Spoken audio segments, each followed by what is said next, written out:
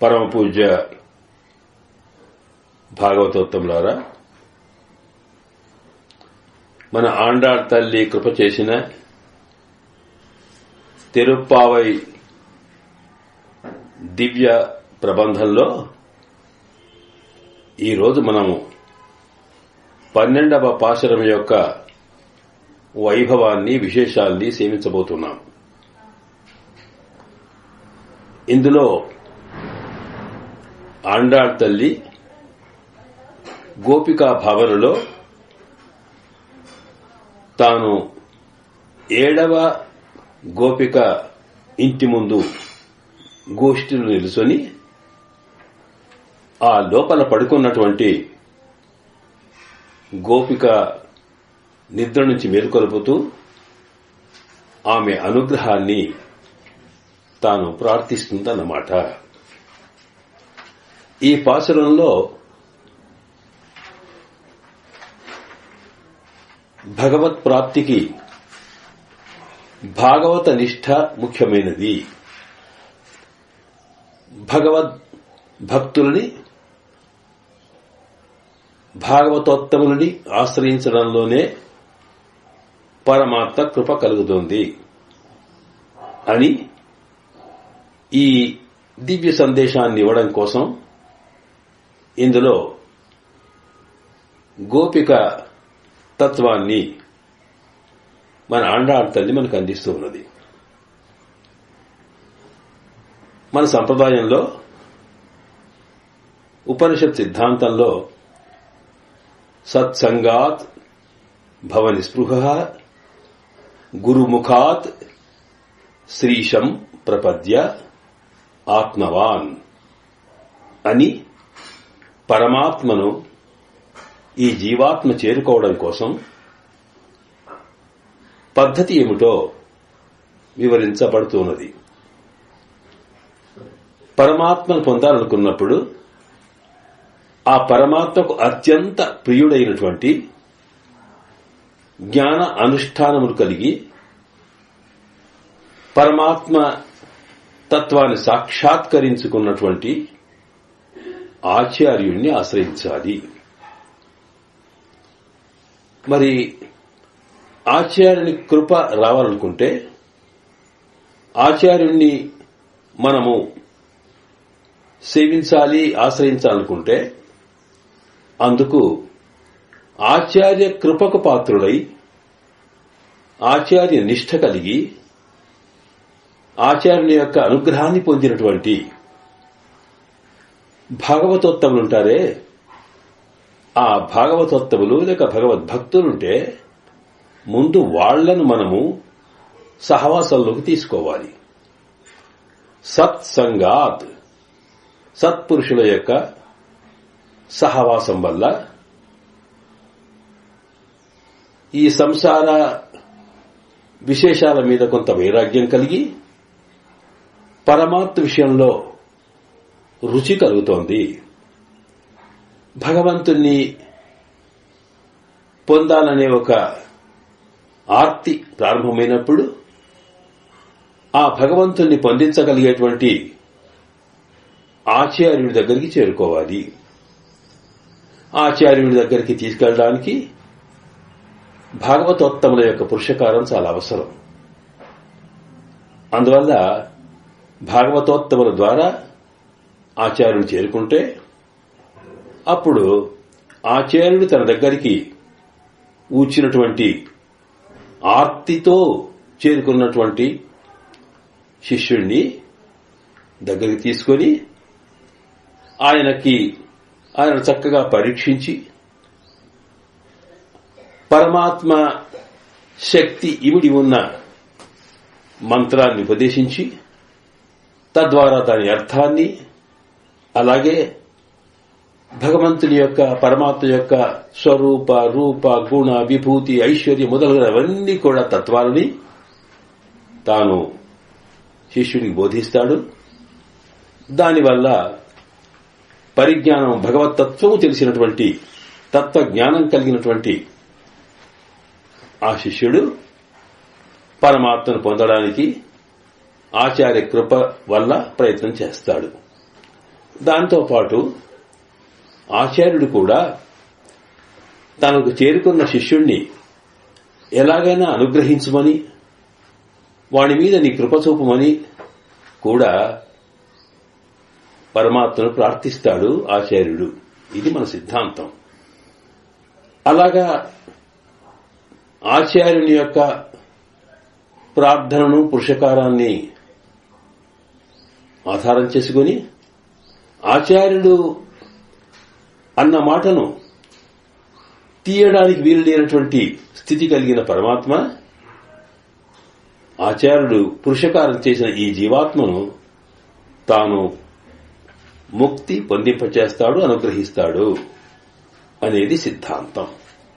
కనుక పరమాత్మను పొందాలనుకున్నప్పుడు మనకు మొదటి మెట్టు భాగవతోత్తములే, లేదా మనం చేరవలసింది భాగవతోత్తములే. ఆ భాగవతోత్తములు చేరితే అదే మార్గంలో మనం పరమాత్మ యొక్క కృపకు పాత్రలమవుతాము అనేటువంటి సిద్ధాంతం దీంట్లో మన ఆండాళ్ తల్లి ఇమిడ్చి పెట్టింది ఈ పాశురంలో. ఇక్కడ పరమాత్మ అంటే కృష్ణ భగవానుడు, రేపల్లే అంటే ఈ ప్రపంచం, అలాగే గోపికలు అంటే పరమాత్మ కోసం తపిస్తూ ఆయన పొందాలనే కోరిక కలిగినటువంటి జీవులు. వాళ్ళంతా రేపల్లిలో ఉన్నారంటే ఈ ప్రపంచంలో ఉన్న మనమంతా అని అర్థం.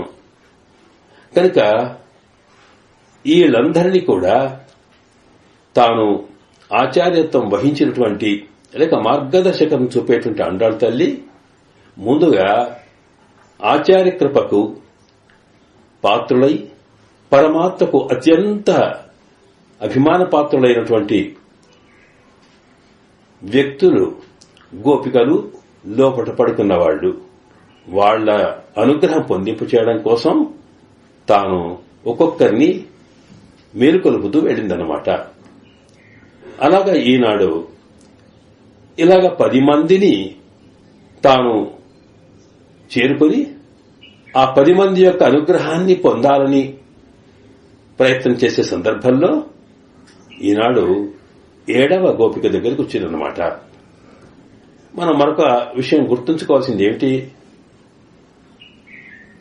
ఒక్కొక్క మొదటి గోపిక కన్నా 2వ గోపిక, 2వ దానికన్నా 3వ గోపిక, ఇలాగ మనం వెళ్తూ ఉంటే వీళ్లు ఒకరికన్నా ఒకరు కృష్ణ భగవాను యొక్క ప్రేమకు మరింత దగ్గరవుతారన్నమాట.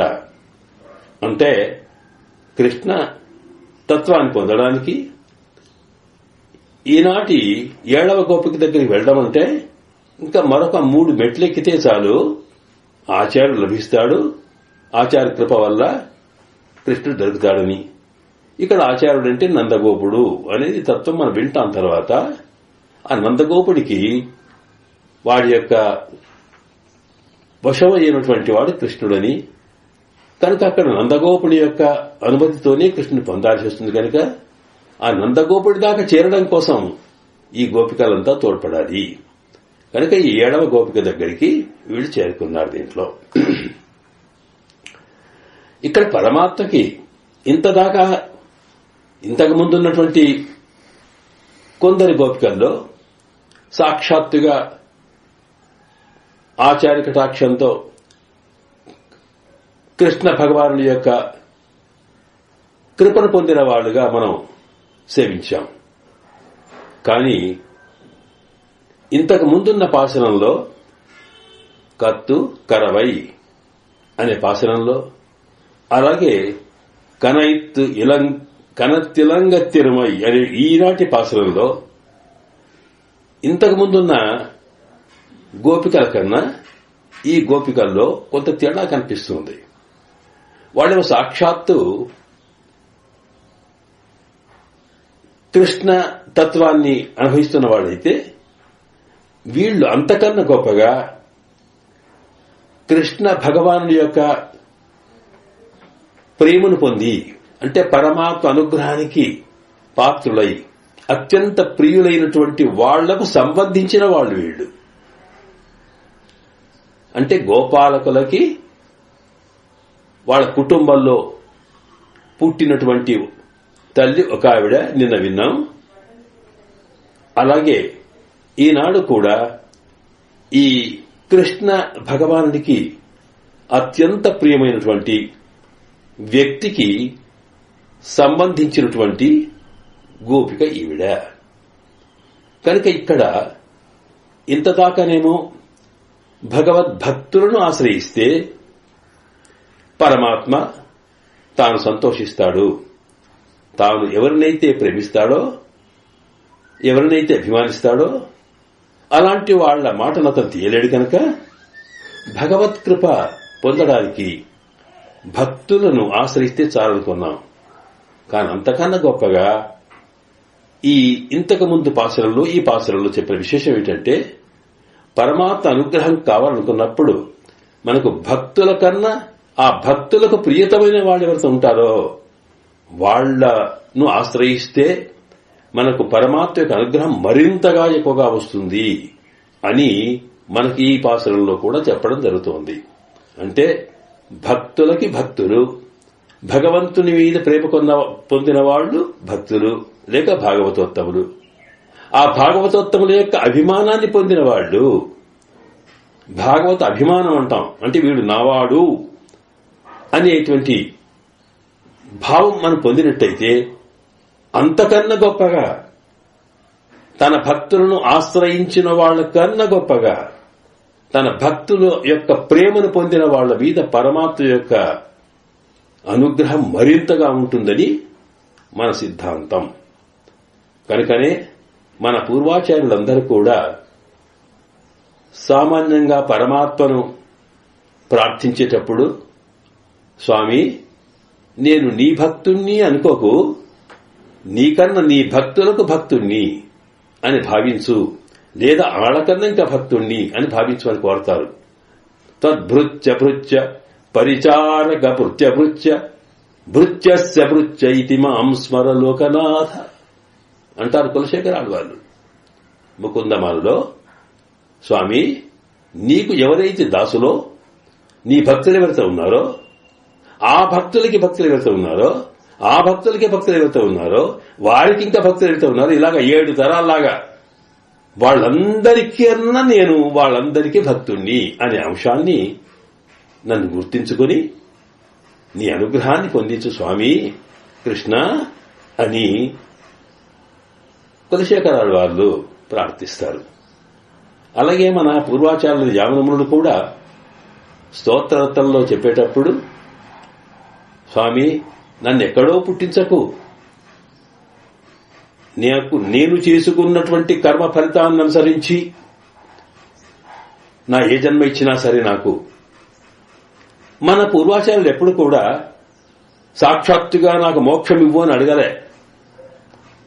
ఎందుకు అడగలేదు అంటే, మనము చేసినటువంటి ఈ శరీరాల్లో ఉండి జన్మజన్మలుగా చేసిన పాప పుణ్యాల ఫలితంగా అనుభవించవలసినటువంటి అనేకమైనటువంటి మరి జన్మలుంటే, శరీరాలుంటే వాటినన్నిటినీ నువ్వు తీసేసి సాక్షాత్తుగా నాకు మోక్షం ఇవ్వు అని పరమాత్మను అడిగితే అప్పుడేం జరిగింది?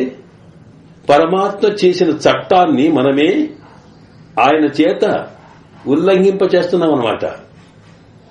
పరమాత్మ చేసిన చట్టం ఏమిటి? శాస్త్రం, వేదము, వేదం యొక్క అర్థాన్ని చెప్పే ధర్మశాస్త్రాలు మిగతావన్నీ కూడా.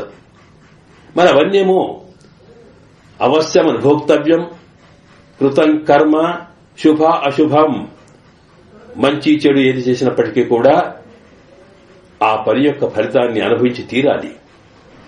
అది అనుభవించడం కోసము ఎన్ని రకాల జన్మలు కావాలో అన్నిటిని ఎత్తి తీరాలి అని శాస్త్రం చెబుతూ ఉంటే, అలాంటిది మనం పరమాత్మను చేరుకొని ఆయన భక్తులం అవడం వల్ల ఆయన దగ్గరికి వెళ్లి స్వామి నాకు ఇవన్నీ తీసేసి నిన్ను చేర్చుకో అంటే నిజానికి పరమాత్మని ఇబ్బంది పెట్టేవాళ్ళం అవుతాం. ఆయన ఆజ్ఞకు విరుద్ధంగా ఆయననే నడుము చెప్పినట్టు అవుతాం. అలా చేయడం అనేది నిజమైన ప్రేమకు అది లక్షణం కాదు. పరమాత్మను ప్రేమించినప్పుడు ఆయన శ్రమ కలగకూడదు. కనుక స్వామి, నాకు ఏ రకమైనటువంటి జన్మను నేను చేసుకున్న కర్మ ఫలితంగా కలిగినప్పటికీ కూడా నేను అవి భరిస్తాను. మన ఆండాళ్ళ తల్లి కూడా తిరుపాలని చెప్పిన మాట ఇదే. ఏజేళ్ పిరక్కం ఉందన్నోడుతో మీరు కేరామాలు చేయము అని చివరి పాసనకి వచ్చినప్పుడు చెప్తుంది ఆవిడ. నేను ఎన్నెన్ని జన్మలు ఎత్తినా సరే నీకు నాకు చుట్టూ సంబంధం ఉంటే సారని. కాని జన్మరాహిత్యం కోరలే. ఒకవేళ ఆయన తలచుకుంటే అది ఆయన ఇష్టం. ఆయన ఎప్పుడు కూడా తన వస్తువును దూరం చేసుకోడు. అది ఆయన సంకల్పం. కానీ మనము ఆయనను బలవంతం చేయడం అనేది నిజమైన ప్రేమకు విరుద్ధం కనుక అక్కడ అందువల్ల మన పూర్వాచార్యులు ఎప్పుడు కూడా, స్వామి నేనెప్పుడు కూడా నా జన్మ రాహిత్యం చేయమని కోరను. కానీ ఏం చేయాలి, నాకు ఏ జన్మ ఇచ్చినా సరే నీవేంటి భవనే నీకు నీ దాసుల యొక్క నీకు సంబంధించిన భక్తుల యొక్క ఇళ్లల్లో నేను చేసుకున్న పాపాన్ని బట్టి నన్ను పురుగుగా పుట్టించినా పర్వాలేదు అని అంటారు. అంటే నేను చేసుకున్న పాపాన్ని బట్టి పురుగుగా పుట్టాలి. కానీ ఆ పురుగుగా ఎక్కడో కాకుండా తవదాస్య సుఖైక సంగినం భవరే స్వస్వపి కీట జన్మ మే.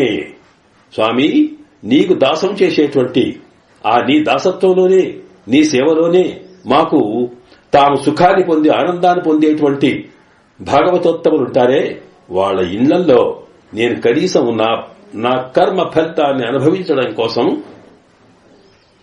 పురుగులై పుట్టినా సరే కాని భాగవత సంబంధం కలిగించు స్వామి అని కోరినారు యామునమునులు. మన పూర్వాచార్యుల్లో అద్భుతమైనటువంటి మన పరమాచార్యులు భగవద్రామానుల వారికి వారే పరమ జ్ఞానులు, పరమయోగులు ఈ మాట కోరినారు వారు. అంటే అర్థమేంటి ఇక్కడ? అందువల్ల ఇలా కోరడంలో ఒక విశేషం ఉన్నది.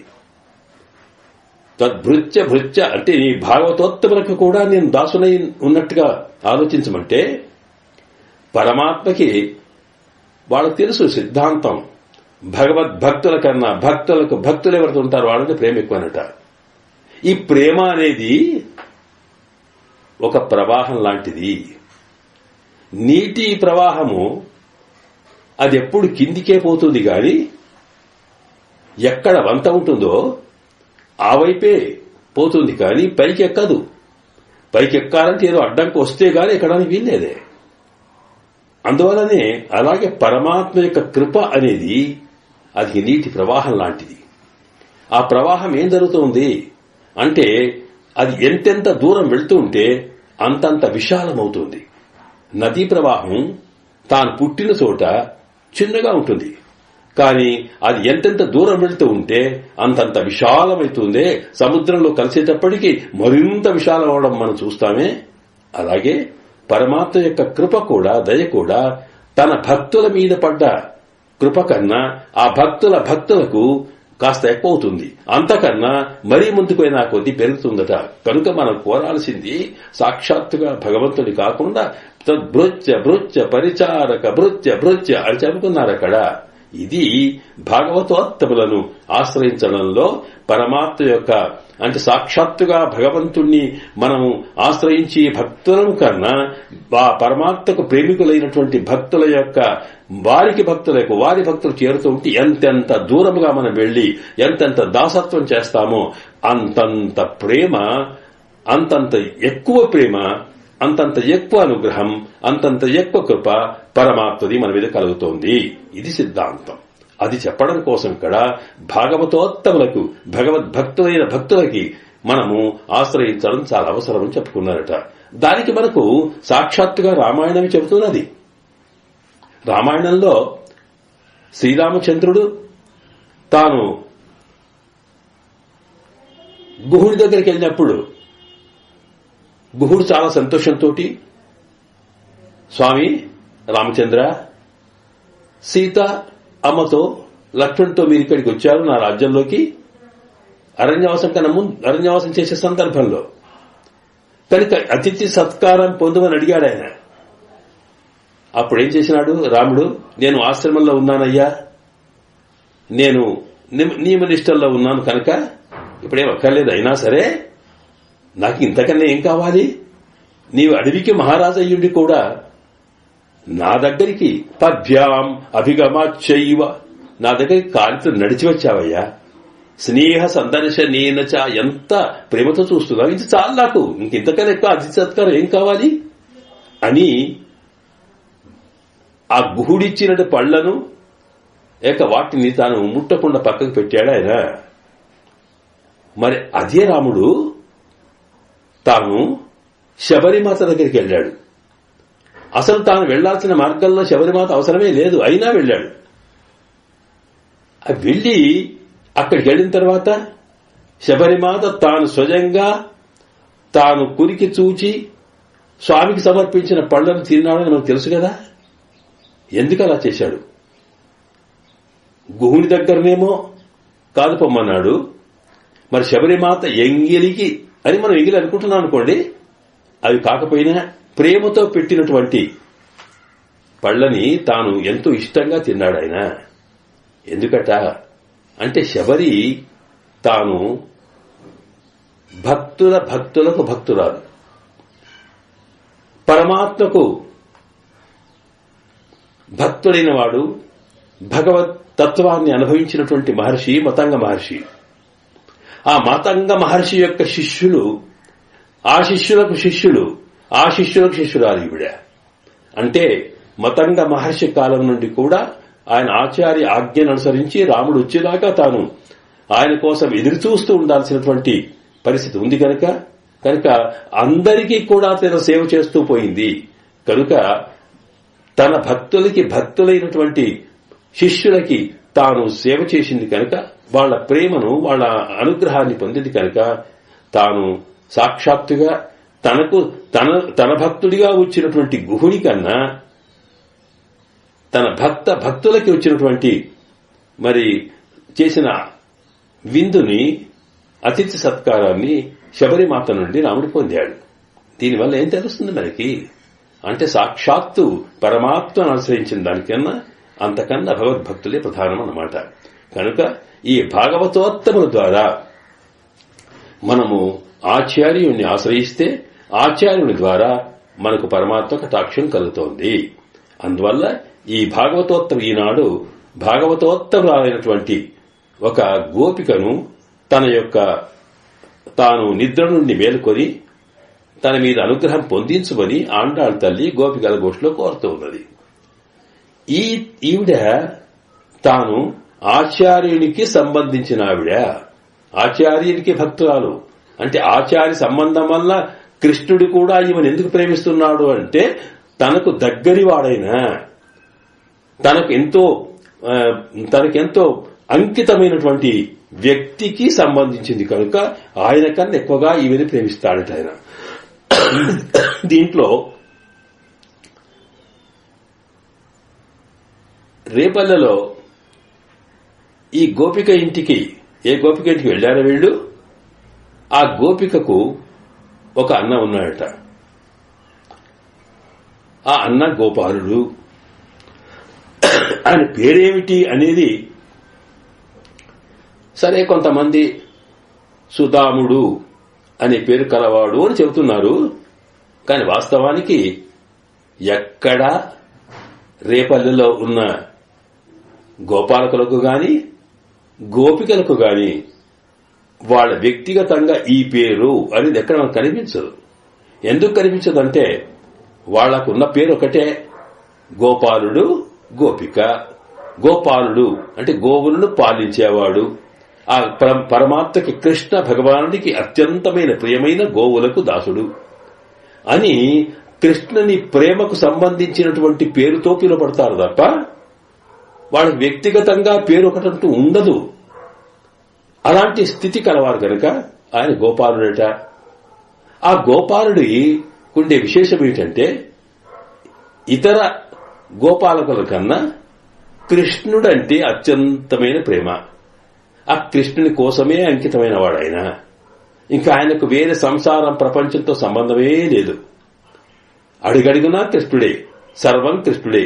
కృష్ణుడిని తాను నడుస్తూ ఉన్నా ఆ కృష్ణుడట ఈయన నడుస్తూ ఉంటే ఒంటరిగా నడవకుండా ఈయన భుజం మీద చేయి వేసి నడుస్తుంటాడట. అంటే సకల భారములు ఈయన మీదనే పెడతాడన్నమాట, తనది తన ప్రపంచానిది. అంతటి దగ్గరి వాడు కనుక ఎందుకు ఈ గోపాల్ మీద పెడతా అంటే ఆయనను అంతగా ప్రేమిస్తాడు.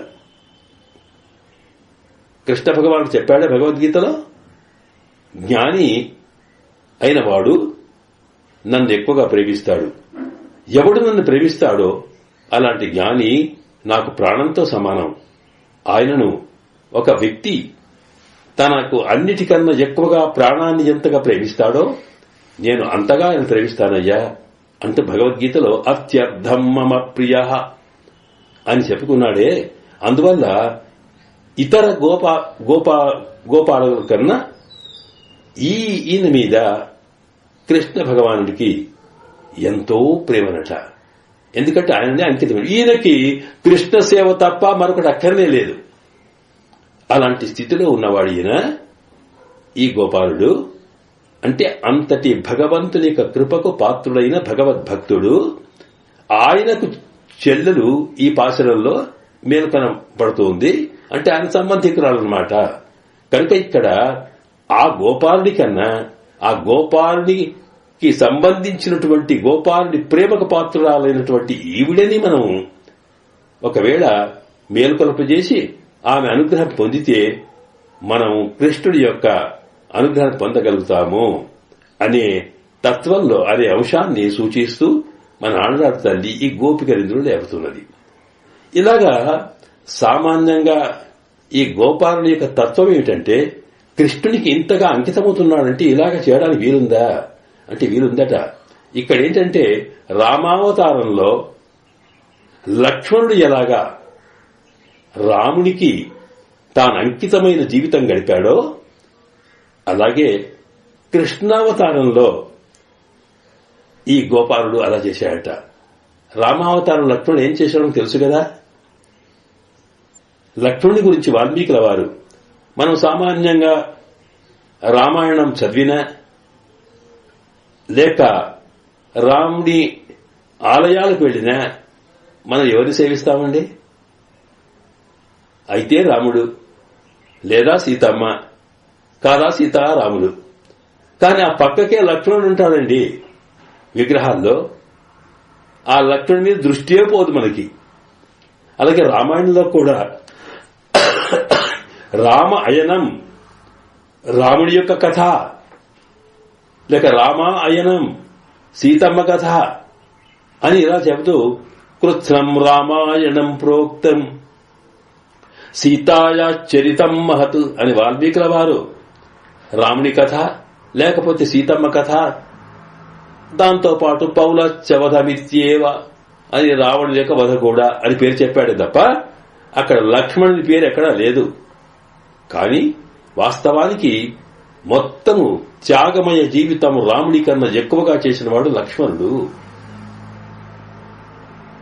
ఆ లక్ష్మణుడి గురించి చెప్తూ వాల్మీకుల వారు బాల్యాత్ ప్రభృతి సుస్నిగ్ధ అంటారు. ఆ లక్ష్మణుడట రాముడి విషయంలో బాల్యాత్ ప్రభృతి, పుట్టినప్పటి నుంచి సుస్నిగ్ధ, స్నిగ్ధ అంటే గట్టి స్నేహం కలిగి ఉండడం. స్నేహం అంటే నూనె అని అర్థం.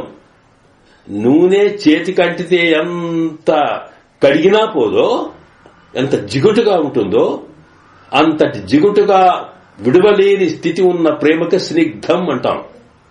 అది సుస్నిగ్ధం అంటే అసలే విడువలేని స్థితి అట. అంతగా పుట్టినప్పటి నుంచే రాముడి మీద ప్రేమ కలవాడు లక్ష్మణుడు అని విడువలేక. ఈ శ్లోకాన్ని దీని యొక్క వివరణ ఇవ్వడానికి ప్రయత్నించినటువంటి మన వ్యాఖ్యాతలు ఒక చమత్కారం చేశారు.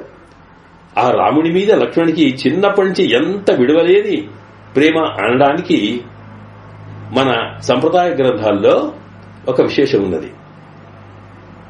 రాముడు, భరతుడు, లక్ష్మణుడు, శత్రుఘ్నుడు ఈ నలుగురు పుట్టిన తర్వాత పుట్టినరోజున ఈ నలుగురికి నామకరణం చేయడానికి తొట్టెలో వేశారట.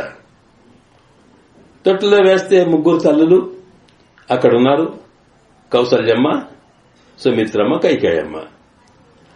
అలాగా ముందు రాముడికి ఒక తొట్టెలో, ఆ తర్వాత భరతునికి, ఆ తర్వాత లక్ష్మణునికి, ఆ తర్వాత శత్రుఘ్నుడికి వేశారట. తొట్టె లోపల పడుకోబెడితే అంతా 3 పడుకున్నారు కానీ లక్ష్మణుడు విపరీతంగా ఏడుస్తున్నాట. ఎందుకు ఏడుస్తున్నాడో ఎవరికి అర్థం కాదు. తొట్టె ఊపారు, ఎత్తుకొని తిరిగారు. సుమిత్రం ఎత్తుకున్నది, కైకమ్మ ఎత్తుకున్నది, ఎవ్వరు ఎత్తుకున్నా ఏడ్చేది ఏడుస్తున్నాడు ఆయన. గుక్కపట్టి ఏడుస్తూ ఉంటే కౌసల్యం ఎత్తుకున్నదట. ఎత్తుకుని అటు ఇటు తెచ్చి ఇక ఎక్కడ కాదనుకొని తీసుకెళ్లి రాముడు ఏ తొట్టెలో పడుకున్నాడో ఆ తొట్టెలో పక్కకు పడుకోబెట్టిందట. ఆ పడుకోబెట్టడంతో ఏడుపు మానేసి హాయిగా చూస్తూ పడుకున్నాడు ఆయన. దీన్ని బట్టి ఏం తెలుస్తున్నది అంటే, ఎందుకు ఏడ్చాడాయన? నాకు రాముడికి మధ్యన ఈ భరతుడిని పడుకోబెడతారా? ఈ అడ్డం ఉందే, నేను ఇంత దూరమా రాముడికి అని అనుకున్నాట. అనుకుని రాముడికి దగ్గరికి పోయిన తర్వాత ఆనందంగా ఉన్నాడు అని సుస్నిగ్ధ బాల్యాత్ ప్రభుతి సుస్నిగ్ధ, చిన్నతనంచే పుట్టినప్పటి నుంచే అంత దగ్గరవాడు అని చెప్పడానికి, ఆ విశేషం వివరించడానికి కథ చెప్తారు మనవాళ్లు. అలాగా రాముణ్ణి పుట్టినప్పటి నుంచి కూడా వెంబడిస్తూ ఉన్నటువంటి ఆయన విడవకుండా ఉన్న లక్ష్మణుడు రాముడు ఎక్కడాడితే తాను అక్కడ ఆడేవాడు. ఎప్పుడు వెళ్తే ఏటకు వెళ్తే తాను ఆయన వెంబడి వెళ్లేవాడు. విశ్వామిత్రుడు వచ్చి కూడా తాను దశరథ మహారాజును రాముణ్ణి తన వెంబడి యాగరక్షణ కొరకు పంపమని అడిగాడే గాని లక్ష్మణుడిని అడగలే. కాని రాముడి వెంబడి లక్ష్మణుడు వెళ్ళాడు. ఆ వెళ్ళడమే కాదు, అలాగా విశ్వామిత్రుల వారు రామునికి అస్త్ర శస్త్ర విద్యల్ని నేర్పుతూ ఉంటే పక్క కూర్చొని తాను కూడా నేర్చుకున్నాడంతే. లక్ష్మణ ఇది వినోని ఎప్పుడు అల్లే, మేలుకొప్పింది కూడా రాముడినే విశ్వామిత్రుల వారు. అక్కడి నుంచి జనక మహారాజు ప్రకటించినట్లుగా ఆ సీతా కళ్యాణంలో కూడా రాముడు సీతమ్మను తాను పెళ్లి చేసుకు చేపడితే లక్ష్మణుడు అదే ఇంటి నుంచి ఊర్మిళమ్మని చేసుకున్నాడు. రాముడు ఎక్కడ తాను కళ్యాణం చేసుకున్నాడు అక్కడే తాను చేసుకున్నాడు ఆయన. అంటే తన పెళ్లికి కూడా రాముడు వెంబడే. చివరికి రాముడు రాజ్య పట్టాభిషేకం భంగమైన తర్వాత అడవికి వెళ్లాల్సిన సమయం వచ్చినప్పుడు కూడా రామా నేను నీ వెంబడే వస్తా అన్నాడు. నిన్నెవరు రమ్మన్నారయ్యా, నీవెందుకు అంటే రాముడు అంటాడు, నీవు లేకపోతే నేనుంటానా? జలాన్మత్స్యాభివోద్ధృతం, నేను గాని సీతమ్మ గాని నీటిలో బతికే చేప దాన్ని తీసి ఒడ్డుకు వేస్తే బతుకుతుందా? ఆ బతుకుతుందంటే ఆ చేప కనీసం కాస్త తడి ఉన్నంతసేపు అయినా సరే అది అటు ఇటు కొట్టుకుంటుంది. గాని నేను నీ మీద ఆధారపడి నీ కృప మీదనే ఉన్నటువంటి వాడిని. నేను ఒక నిమిషం కూడా నీకు దూరం అయితే బతకలేను స్వామి, అందువల్ల నీ వెంబడి వస్తా అన్నాడు. ఎందుకయ్యా లక్ష్మణ, ఇదిగో భరతుడు రాజయ్య ఉంటాడు, నీవు ఆయన వెంబడి హాయిగా యువరాజుగా ఉండు, నీకు రాజ్యం వస్తుంది అంటే అప్పుడు అంటాడాయన, ఏమయ్యా నువ్వేమనుకుంటున్నావు నన్ను? నా దేవలోకాక్రమణం నామరత్వం వృణీమహే, నీకు స్వామి నీకు ఐశ్వర్యమపి లోకానం, నాకు నా దేవలోకాక్రమణం స్వర్గలోకాలు గాని లేక మోక్షం గాని లేదా ఈ లోకంలో ఉండేటువంటి సుఖాలు గాని నాకేవక్కలు నత్వయా వినా, నీవు తప్ప నాకు మరొకట్లేదు స్వామి, నీవే స్వర్గం, నీవే మోక్షం, నీవే సర్వస్వం అని అలాగా ఆయన వెంబడి తాను వెళ్ళాడు. అడవికి వెళ్లి కూడా అడవి లోపల సీతారాములు సుఖంగా విహరిస్తూ ఉంటే తాను వాళ్ళు సేవ చేశాడు తప్ప నిద్ర లేకుండా ఉన్నాడు ఆయన. సీతమ్మ రాముడి వెంబడి సీతమ్మ వెళ్ళింది, కాని లక్ష్మణుడి వెంబడి ఊర్మిళ వెళ్ళిందా?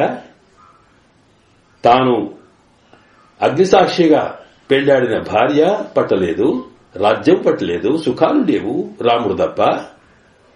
అలాగా ఉండి చివరికి రాముడితో రావణ రామరావణ యుద్ధంలో పాల్గొన్న తర్వాత, ఆ తర్వాత పట్టాభిషేకం జరిగే సందర్భంలో అయోధ్యలో అక్కడ కూడా నాకు యువరాజ పట్టం పద్దన్నాడు, నేను సేవ చేస్తానని చెప్పి వింజాములు వీస్తూనే ఉన్నాయట. చివరికి రామావతారం పూర్తి కావాల్సిన సందర్భం వచ్చింది.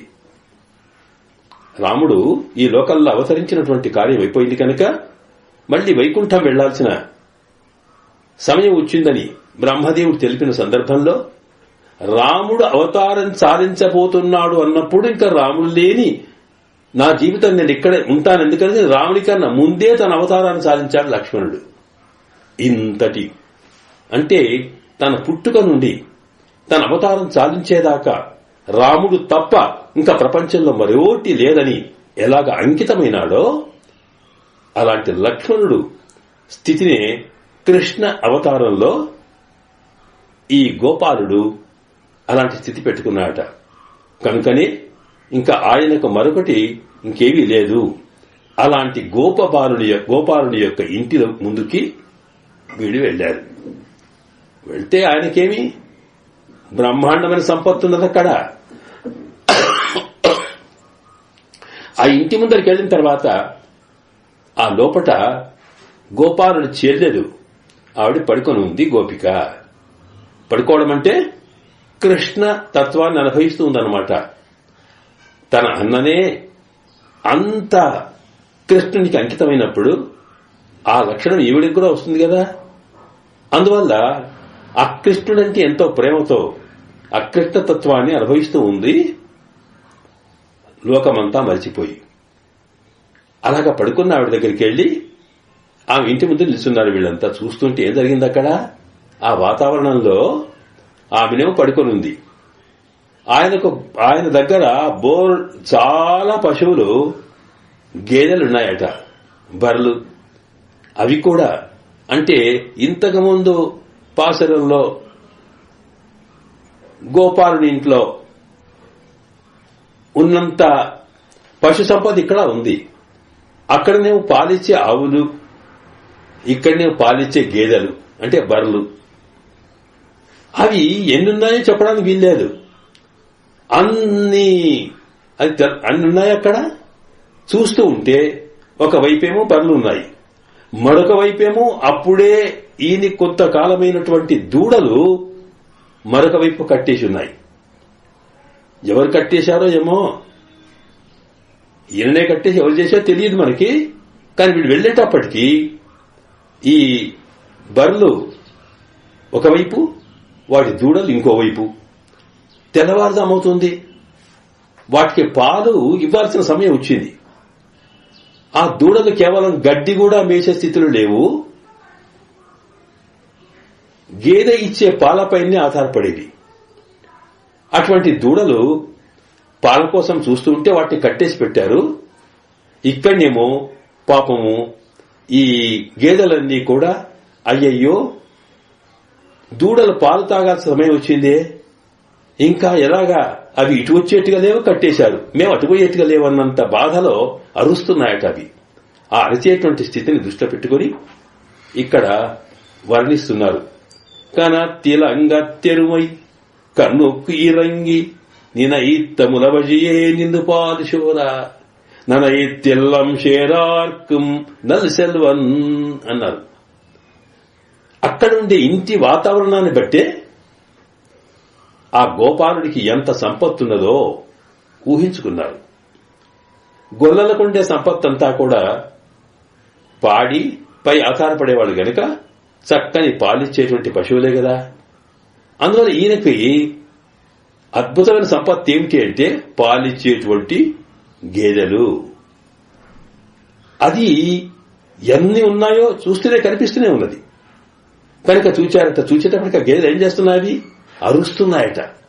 ఎందుకు అరుస్తున్నాయి? బాధతోటి. పశువులకి భాష లేకపోవచ్చు, కాని వాటికి భావము ఉంటుంది, అనుభూతి ఉంటుంది. సామాన్యమైన మనుషుల్లో కన్నతల్లులకి తమ సంతానం మీద ఎంత ప్రేమ ఉంటుందో అంత ప్రేమ వాటికి ఉంటుంది. కనుక అయ్యయ్యో నేను ఇంకా పాలివ్వకపోతే అనేటువంటి దృష్టిలో ఒకవైపు అరుస్తున్నాయట అవి ఆ అరుస్తూ ఉంటే అరుపు విని ఇక్కడ కూడా రెండో వైపు ఉన్న దూడలు కట్టివేయబడ్డవి, అవి కూడా అంబా అంటున్నాయట. ఇక్కడ అంబా అంటే అంబా అని అరుస్తూ ఉంటే ఆ అరుపులు వినవస్తున్నాయి. ఈ అరుపులు వినైనా ఈవిడ తెలివి రావచ్చు కదా అనుకుంటున్నారు వీళ్ళు. ఇక్కడ అరుస్తున్నాయి, ఎందుకు అరుస్తున్నాయో చెబుతున్నారు. ఇక్కడ కనత్తు ఇలంకై ఎరుమై, ఇలంకన్ను ఎరుమై కనత్తు. ఇలం అంటే లేత వయస్సున్నటువంటి కన్ను దూడలు కలిగినటువంటి ఎరుమై గేదెలు బర్లు కనత్తు అరుస్తున్నట. ఎందుకు అరుస్తున్నాయి అంటే రెండు రకాల అరుపు వినొస్తుంది. ఒకటేమిటంటే తమకు పాలు చేపుతున్నాయి, ఆ చేపిన పాలను తాగడానికి దూడలు దగ్గర లేవు, వాటి వల్ల ఒక రకమైన బాధ కలుగుతూ ఉంది, అందుకు అరుస్తున్నాయి ఒకటి.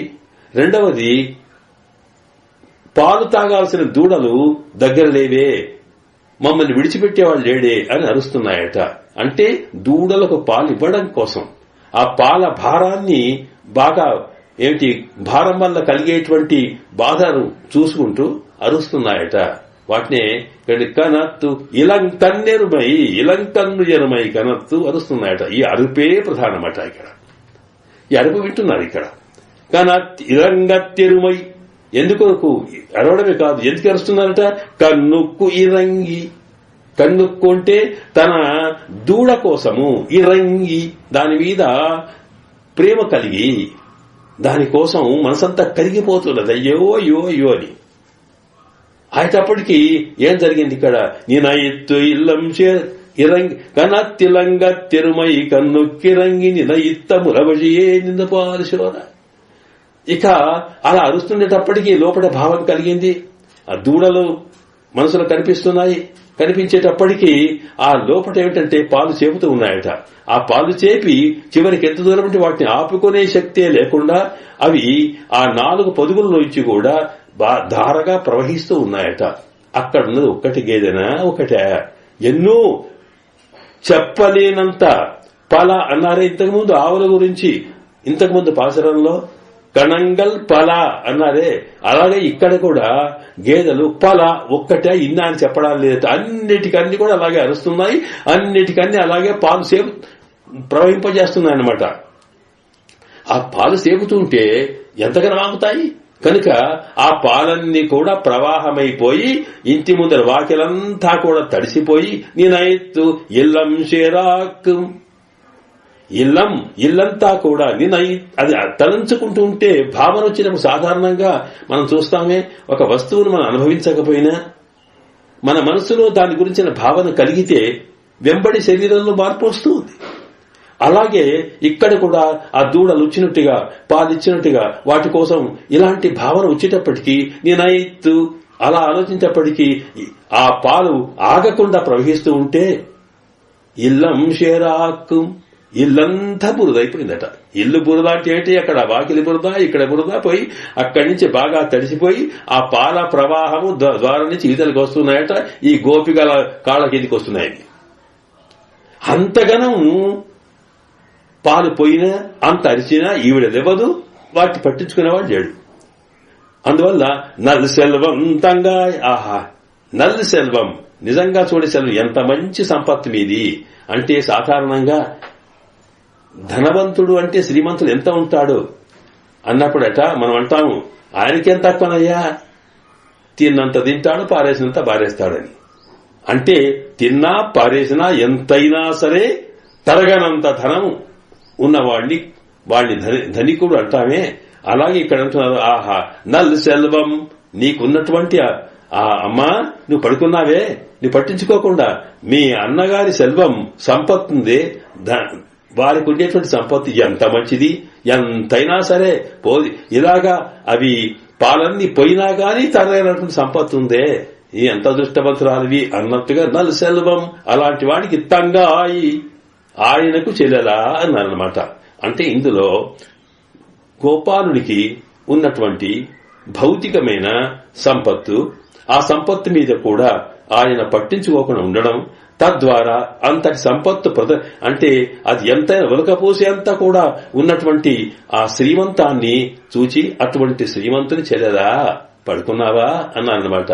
అంటే సామాన్యంగా నిద్ర ఎవరు పోతారండి అంటే అసలు ఏవో సమస్యలుండి రెక్కాడితే గాని డొక్కాడనటువంటి లక్షణం కలిగిన కుటుంబాల్లో ఎలాగైనా సరే ఇక పడుకుంటే మళ్ళీ ఈ రోజుకి మనకి అవసరాలు తీరవనుకునే వాళ్ళు లేచి కష్టపడి అటు ఇటు తిరుగుతారు, చేస్తారు. హాయిగా అన్ని రకాల వస్తువులు ఉన్న వాళ్ళకి లేవాల్సిన అవసరం లేదే. ఎంతసేపు పడుకుంటే వాళ్ళకి కష్టం లేదు, వాళ్ళ సిద్ధాంతం ఉన్నది, ఎంతైనా సరే అనుభవించగలిగేంత సంపత్తి ఉన్నది.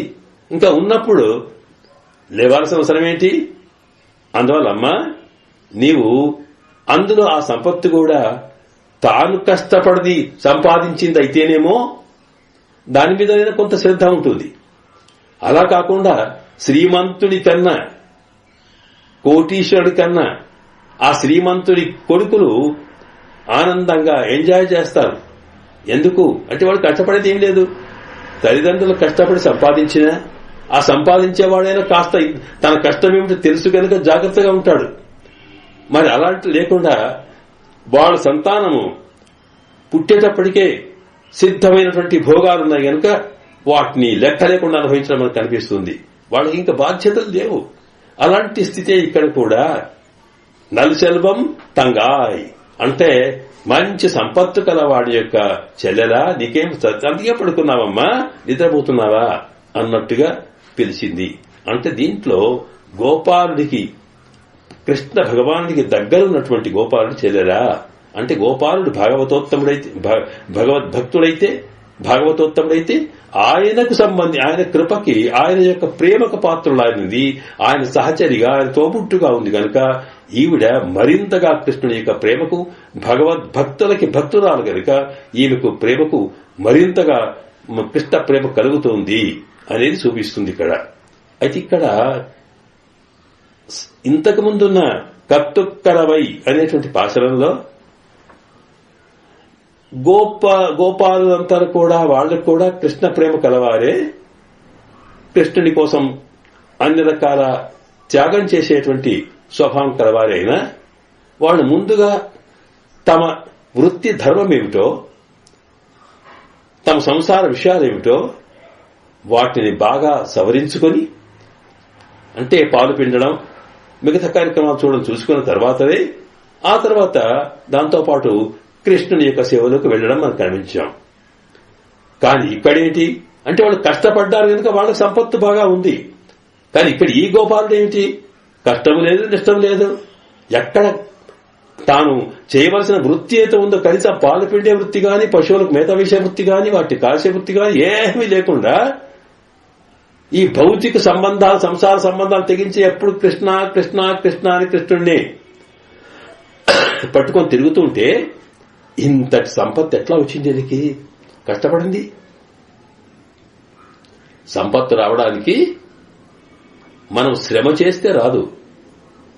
మన శ్రమ ఫలించాలనుకుంటే పరమాత్మ ఈ శ్రమ తాను అనుగ్రహించాలి. భగవంతుడు ఇస్తే వస్తుంది, లేకుంటే నీవు ఎంత కష్టపడ్డా రాదు. కనుక శ్రమ అనేది మనం ఉండలేక చేయాల్సిందే. మరి కాళ్ళు చేతులు ఉన్నాయి కనుక, కానీ మనం చేసే కర్మ ఫలితాలిచ్చేవాడు ఆయన కనుక ఆయన సంతోషిస్తే నువ్వు కర్మ చేసినా వస్తుంది, లేకపోయినా వస్తుందట. అదే మాట చెబుతూ మనకు భగవద్గీతలో అన్నాడు కృష్ణ భగవానుడు, అనన్యా చింతయంతో మాం ఏ జనా పర్యుపాసతే తేషాం నిత్యాభియుక్తానాం యోగక్షేమం వహామ్యహం. అర్జున, ఏమి లేదయ్యా, అనన్యాచింతయంతో మాం, అన్యచింత మరొక ఏ ఆలోచన లేకుండా ఎవరైతే ఏ జనా పర్యుపాసతే, ఉపాసన అంటే నా గురించే ధ్యానం చేస్తారో, ఎప్పుడు నా చుట్టే ఉంటారో, వాడి మనసు వాచ కర్మణ సర్వం నా మీదనే భారమై ఉంటారో, అంటే వాడి సంసారాన్ని గురించో వాడి కర్మల గురించో లేక ఇంకా వేరే దేని గురించో కాకుండా అన్య చింత ఏమి లేకుండా నా చింతనే కృష్ణ కృష్ణ అన్నట్టుగా పరమాత్మ మీదనే మనసు వెళ్తే పెడతారో వాళ్ళ జీవితాలు ఎట్లా గడుస్తాయో తెలుసా నీకు? నేనుంటానయ్యా, నా కోసం వాళ్ళు తప్పిస్తున్నారు గనక, వాళ్ళు నా వాళ్ళు అయినారు గనక వాళ్ళను రక్షించవలసిన బాధ్యత నాది.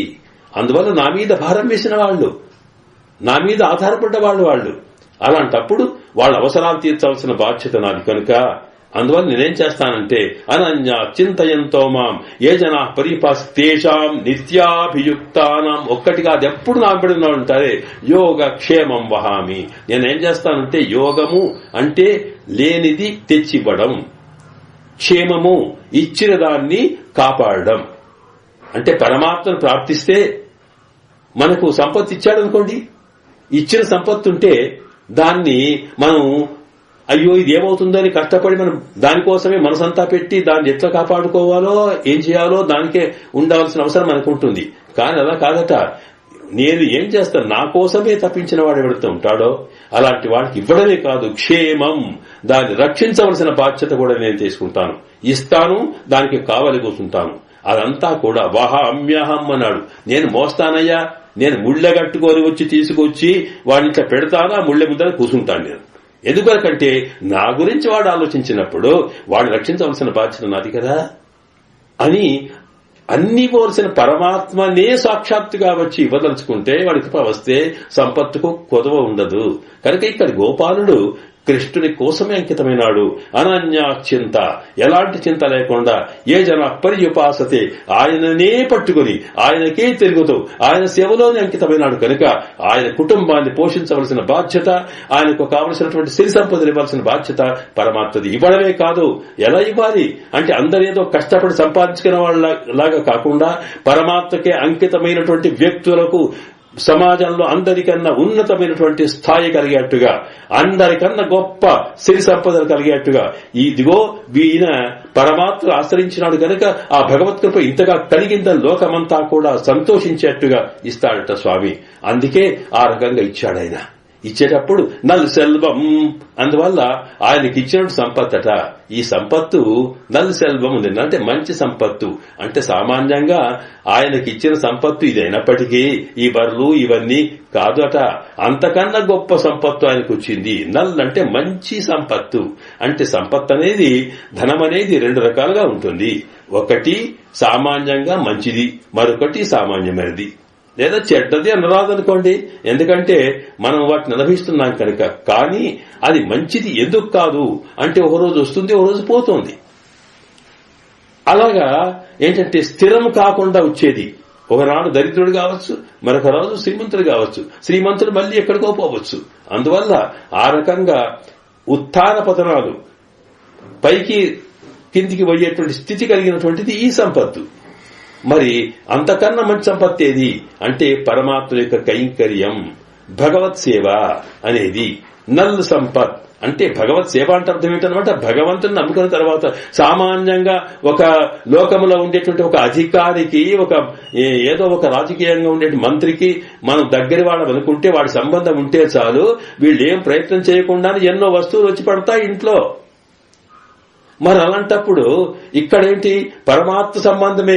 తాను శ్రీయపతి శ్రీమన్నారాయణుడు, అఖిలాండ కోటి బ్రహ్మాండ నాయకుడు, సర్వేశ్వరుడు, అవాప్త సమస్త కాముడు, ఆయనకేమి లేనటువంటిది ఎంత అంటే అంత ఇవ్వగలిగే శక్తి కలవాడి యొక్క కృప కలిగిన తర్వాత ఆయన సేవలోనే ఉంటే ఇంకా అంతకన్నా గొప్పదేం కావాలి. ఆయననే తనవాడైనప్పుడు, ఇచ్చేవాడే తనవాడైనప్పుడు అంతకన్నా గొప్ప సంపత్తి ఏముంటుంది కనుక నల్ సెల్వం అంటే అర్థం ఏమిటన్నమాట, పరమాత్మ యొక్క దివ్య కైంకర్యం సేవ చేసి ఆ భగవత్ సేవా ఫలితంగా వచ్చేటువంటి భగవద్ అనుగ్రహమే గొప్ప సంపత్తట.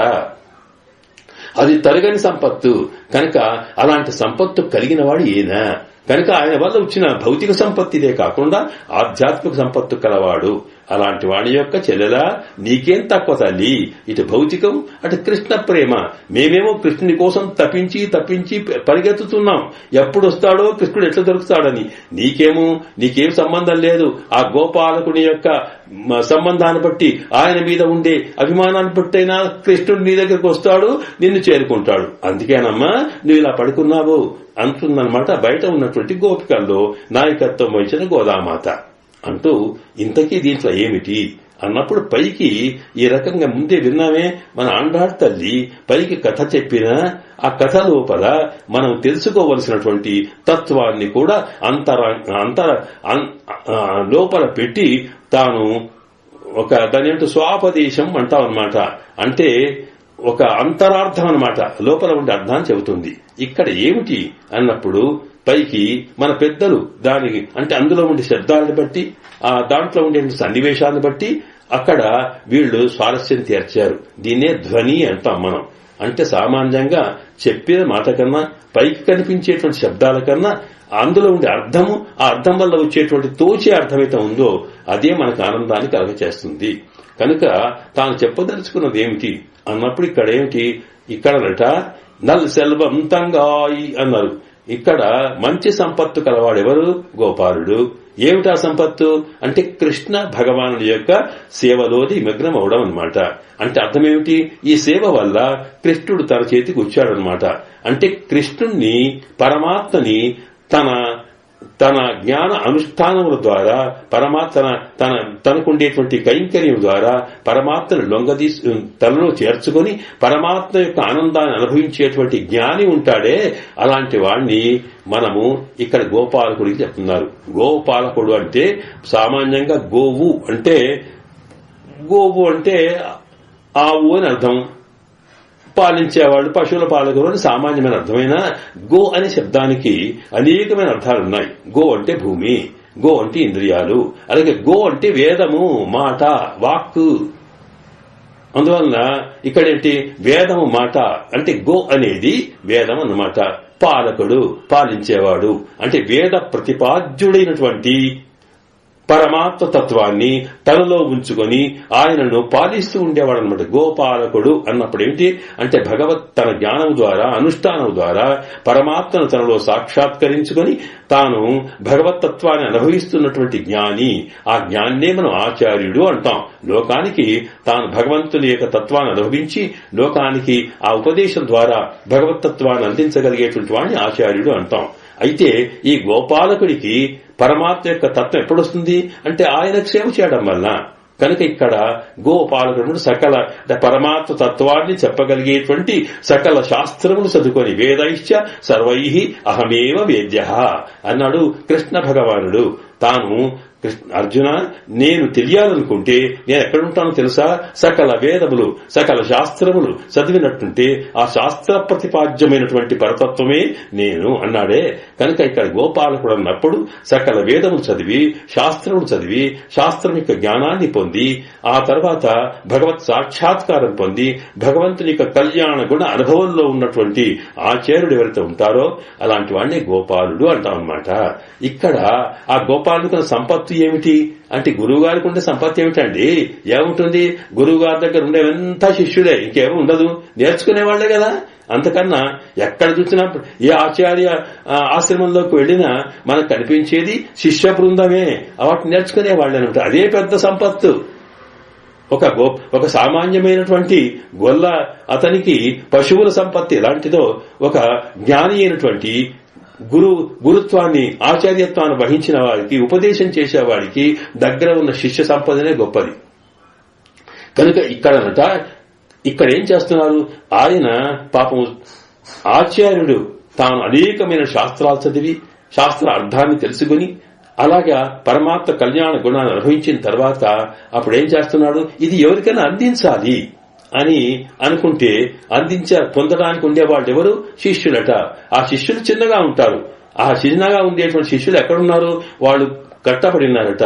ఇక్కడ ఈ గేదెలు ఏమైతే ఉన్నాయో పాలిచ్చేటువంటి బర్లన్నామే, ఆ బర్లని ఇక్కడ ఆచార్యుడితో పోలుస్తున్నారు. ఆ గోపాలకుడికి అంటే గోపాలకుడి దగ్గర పొందినటువంటి పెంచబడేటువంటి ఆ గేదెలన్నమాట. అంటే అర్థం ఏమిటి? ఆచార్యులకు పరమాచార్యుడి దగ్గర ఉన్నటువంటి గేదెలన్నీ ఆచార్య స్వరూపం అట. ఆచార్యుల్లాగా అంటే సామాన్యంగా ఆచార్యుడు ఎలాగా తాను ఉపదేశం చేయడానికి ప్రయత్నం చేస్తాడో, లేక గేదెలు బర్రెలు పాలివ్వడానికి ఇట్లా ప్రయత్నం చేస్తాయో, అలాగే ఆచార్యుడు కూడా ఎవరికైనా చెప్పండి, తనకి ఇంత నేర్చుకున్నానే, ఇంత వచ్చిందే, దీని అందరూ ఉపయోగపడాలి, ఎంత తెలుసుకోవాలి అనేటువంటి ఒక తపన ఉంటుందట. ఇది మనకి కృష్ణ భగవానుడికి భగవద్గీతలో కూడా ఆయన అర్జునుడికి ఉపదేశం చేస్తూ ఉంటే ఆ ఉపదేశాన్ని చేసే సందర్భంలో చెప్పిన మాటలను చూస్తూ ఉంటే ఆశ్చర్యం అనిపిస్తుంది. ఆయన ముందు విషాద యుగం ప్రారంభం చేశాడు. ఆయన అడిగాడు, యశ్రేయస్యాత్ నిశ్చితం బ్రూహి తన్మే. స్వామి, మాకేదైతే శ్రేయస్సు కలగజేస్తుందో నాకెక్కడ తోచడం లేదు కనుక ఏది నాకు మంచో చెప్పమన్నాడు. ఏది మంచో చెప్పడానికి బదులుగా ఆయన ప్రారంభించాడు ఆత్మ పరమాత్మ తత్వాన్నంతా కూడా బోధించడం కోసం భగవద్గీతలో కృష్ణ భగవానుడు బోధిస్తున్నప్పుడు ఆయన ఏం చెప్తున్నాడు, ఒకటి కర్మయోగం, జ్ఞానయోగం, భక్తి యోగం ఇవన్నీ చెబుతూ పోతున్నాడు అనమాట. చెబుతుంటే పాపము దీని ఏది ఒక్కటి నా వల్ల కాదే, ఇది ఏం చేయలేనని దుఃఖంతో బాధపడుతూ ఉంటే ఇక చివరికి ఏం జరిగిందంటే ఆయన అడుగుతూ ఉన్నాడు. అడిగేటప్పటికీ ఇది ఎట్లా స్వామి, ఇది నా వల్ల కాదు అంటే అది కాకపోతే ఇది కాకపోతే ఇది ఎటు కర్మ, జ్ఞానం, భక్తి ఇవన్నీ చెబుతూ పోతే ఇక చివరికి అర్జునుడు నిశ్శబ్దంగా కూర్చున్నాడట. ఎందుకంటే ఇక అడిగితే మళ్ళీ చెప్తాడు అనుకొని. అలాంటప్పుడు ఆయన ఊరుకున్నాడా, భూయేవ మహాబాహు, ఇదిగో చూడు అర్జున, నీవు ఇంకా మంచిది నీకు చెప్తాను. ఎందుకు చెప్తానంటే నీవు నాకు ఇష్టోసిమే సఖాచేతి, నీవు నాకు ఇష్టమైన వాడు గనుక నువ్వు దగ్గరి వాడు అయ్యా. సాధారణంగా చెప్తామే, మనం ఎవరైనా సరే వ్యాపారం చేసేవాడు ఏం చేస్తాడు, సార్ మీరు చాలా దగ్గర వారండి, మీ కొరకే నేను స్పెషల్ ఇచ్చాను అని అంటాము. ఆడిచ్చేది అందరికిచ్చేది అదే అయినా ఏదో ఒకటి మరి ప్రత్యేకత చూపినట్టుగా ఉన్నట్టుగానే ఇక్కడ కృష్ణ భగవానుడు కూడా ఇంకా వినమయ్యా, ఇంకా మంచిది, గుహ్యాద్గుహ్యతమం సర్వగుహ్యతమం, అన్నిటికైనా రహస్యం అంటూ ఇలా చెబుతూ పోయినాడు. ఎందుకు చెబుతూ పోయినాడు అంటే అర్జునుడు అవునన్నా కాదన్నా మొత్తం కూడా చెప్పంది ఊరుకుండా లేని స్థితి ఆచార్యుడికి ఉంటుందట. అలాగే బాగా చదువుకొని అద్భుతమైన జ్ఞానం కలవాళ్లు తాను ఏదో రకంగా చెప్పాలనుకుంటారట. అలాంటి స్థితి ఇక్కడ పాలివ్వంది ఊరుకుండా లేక ఆ పాలు ప్రవహిస్తూ ఉంటే గేదెలు ఎట్లా అరుస్తూ ఉన్నాయో అలాగే ఎవరైనా సరే వినేవాళ్ళుంటే బాగుండు అన్నంత స్థితిలో ఆచార్యులు ఉంటారట. ఈ ఆచార్యుల్లో రెండు రకాలుగా ఉంటారు. ఒకటి ఏమిటంటే అనువృత్తి ప్రసన్నాచార్యులని, రెండవది కృపామాత్ర ప్రసన్నాచార్యులు. అనువృత్తి అంటే మనం అనుసరించి, స్వామి నాకు ఈ భగవతత్వం తెలుసుకోవాలనుంది, ఈ శాస్త్రాలు తెలుసుకోవాలనుంది, వాటిని ఎలాగైనా సరే మీరు కృప చేసి నాకు బోధించాలి అంటూ ఆయన సేవ చేస్తూ తద్విద్ధి ప్రణిపాతేన పరిప్రశ్నేన సేవయ, ఆ స్వామికి ఆచార్యులు సేవ చేసి వారి మనస్సును ఆనందపరిచి తద్వారా అనేక ఉపదేశాలు పొందడానికి చేసేటువంటి శిష్యులుంటే అలాంటి శిష్యులకు అడిగితే చెప్పేటువంటి ఆచార్యులను అనువృత్తి ప్రసన్న ఆచార్యులు అంటాం. అంటే అనుసరించబడి సంతోషంతో చెప్పేవారు. అలా కాకుండా కృపామాత్ర ప్రసన్నాచార్యులు అనుసరించినా అనుసరించకపోయినా లోకంలో అజ్ఞానంతో బాధపడుతున్న వాళ్ళు, పరమాత్మ తత్వం తెలియక సంసారంలో జన్మ పరంపరలో వహిస్తున్న వాళ్ళు, అనేక కష్టాలున్న వాళ్ళని చూచి అయ్యయ్యో వీళ్ళు అజ్ఞానంలో పడి ఇంతగానో బాధపడుతున్నారే, వీళ్ళని ఎలాగైనా సరే బాగుపరిస్తే బాగుండును, వాళ్ళు అడిగినాడు కాకపోయినా సరే వాళ్ళ మీద దయతో కృపా మాత్ర ప్రసన్న ఆచార్యులు. కృప అంటే దయ, ఆ దయ కలిగి వీళ్ళు ఎట్లయినా చూపించి వాళ్ళ దుఃఖాన్ని చూడలేక భరించలేక వాళ్ళను ఎలాగా ఉద్ధరించాలనేటువంటి తపనతో పట్టి చేసే ప్రయత్నం చేస్తూ వినకపోయినా సరే ఒకేసారి ఎలాగైనా సరే తాము చెప్పేది చెబుతూ పోవడం ఉండే అలాంటి వాళ్ళని కృపామాత్ర ప్రసన్నాచార్యులు అంటాం. మన భగవద్ రామానుజుల వారు ఆ ఏమిటి ఆచార్యుల ద్వారా పొందినటువంటి మరి మంత్ర తత్వాన్ని తాము గోపురం ఎక్కి లోకానికంతా కూడా పిలిచి రండి రండి రండి అని ఆ మంత్రోపదేశం చేశారంటే ఏం చేశారు అంటే వాళ్ళంతా బాగుపడాలని, ఈ మంత్రం ఇంత గొప్పదైనప్పుడు నేనొక్కడే బాగుపడడం దేనికి, లోకమంతా బాగుపడాలని ఎలాగా అందరికి అందించారో అలాంటి వాళ్ళందరినీ కృపా మాత్ర ప్రసన్నాచార్యులు అంటామన్నమాట. కనుక ఇక్కడ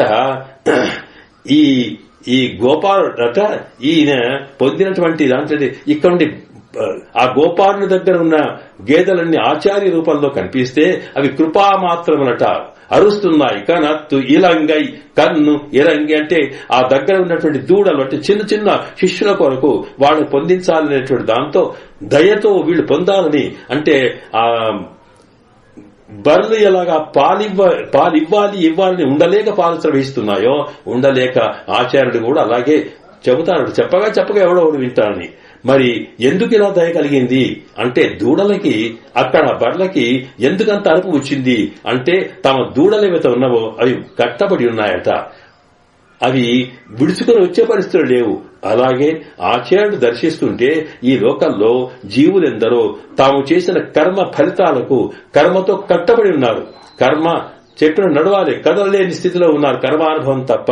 కనుక ఈ కర్మ కట్టు విడిపించి పరమాత్మకు దగ్గరగా వీళ్ళని చేయాలని ప్రయత్నం చేస్తూ ఎన్ని రకాల కూడా తప్పిస్తారు ఆచార్యుడు. అలా తప్పించే వాళ్ళ యొక్క తత్వము కలిగినటువంటి గేదెలను పెంచిన వాడు గోపాలుడట. అంటే అటువంటి ఆచార్యులను తయారు చేసిన పరమాచార్యుడు గోపాలుడు. అలాంటి గోపాలుడికి పరమాచార్యుడికి ఆచార్యుడైతే ఈ ఆచార్యుడికి శిష్యురాలు. అలాంటి గోపాలుడికి తాను సంబంధించట. కనుక పరమాచార్యులై ఆచార్యులైనటువంటి వాటికి తాను సంబంధం కలిగినటువంటి తల్లి నలుసెల్వంతంగా. కనుక ఆయనకున్నటువంటి సంపత్తు భగవత్ కైంకర్యం అనేటువంటి సంపత్తు యొక్క వారసురాలను నువ్వవుతున్నావు. అంటే కృష్ణ ప్రేమ ఆయన కైంకర్యంతో పొందడం వల్ల ఆ ప్రేమ నీకు కూడా పొందుతుంది. కనుక తల్లి నీవు ఒకసారి మేలుకొమ్మన్నారు. నలుసెల్వంతంగా అంటప్పటికీ ఆవిడ లేవలేదు. మరి ఇక్కడనేమో బయట వాళ్ళ బాధలు చెప్పుకుంటున్నారు.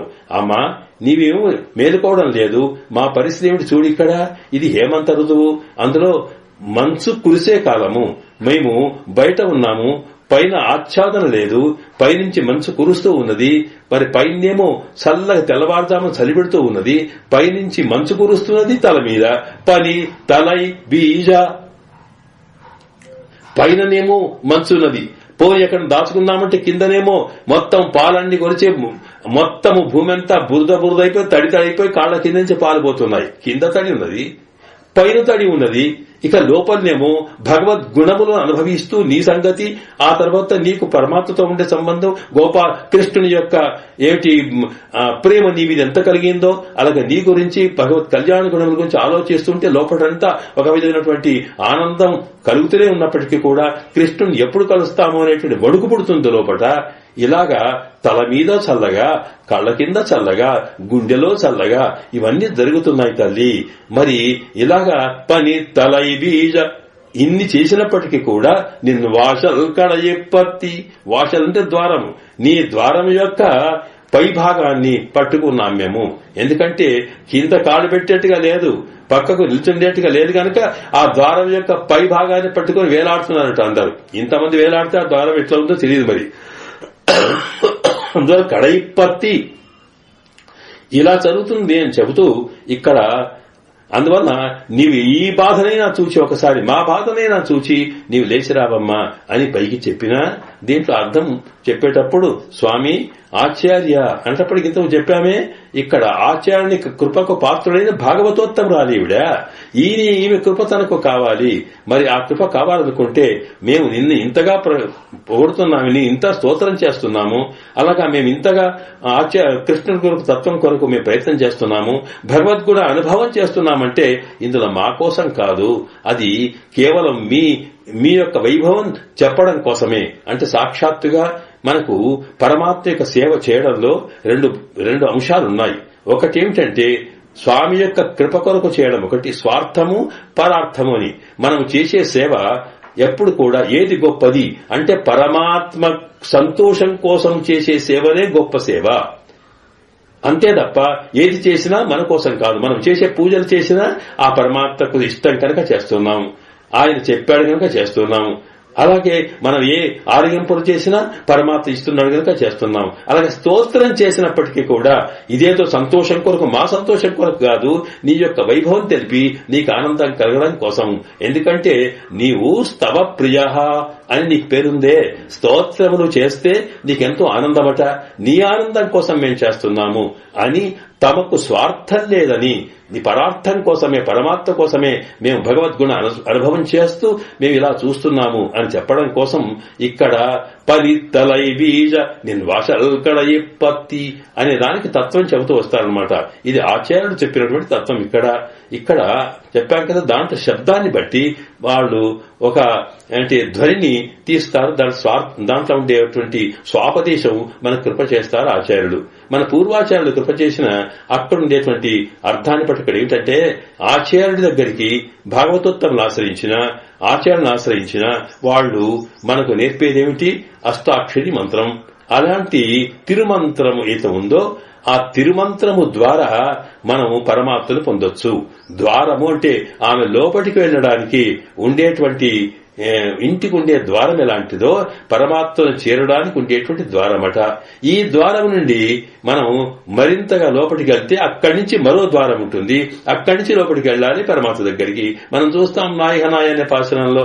కనుక ఇక్కడ ద్వారా అన్నప్పుడు దేని ద్వారా అంటే ఆచార్యుని యొక్క అనుగ్రహం పొందడం కోసం, పరమాత్మను పొందడం కోసం పరమాత్మ తత్వం దేంట్లయితే ఇమిడి ఉన్నదో అలాంటి అష్టాక్షరి మంత్రము ఏదో ఉందో నారాయణ మంత్రం, ఆ మంత్రాన్ని మనం అనుసంధించి దాని ద్వారా తాము పరమాత్మను పొందే ప్రయత్నం అన్నమాట.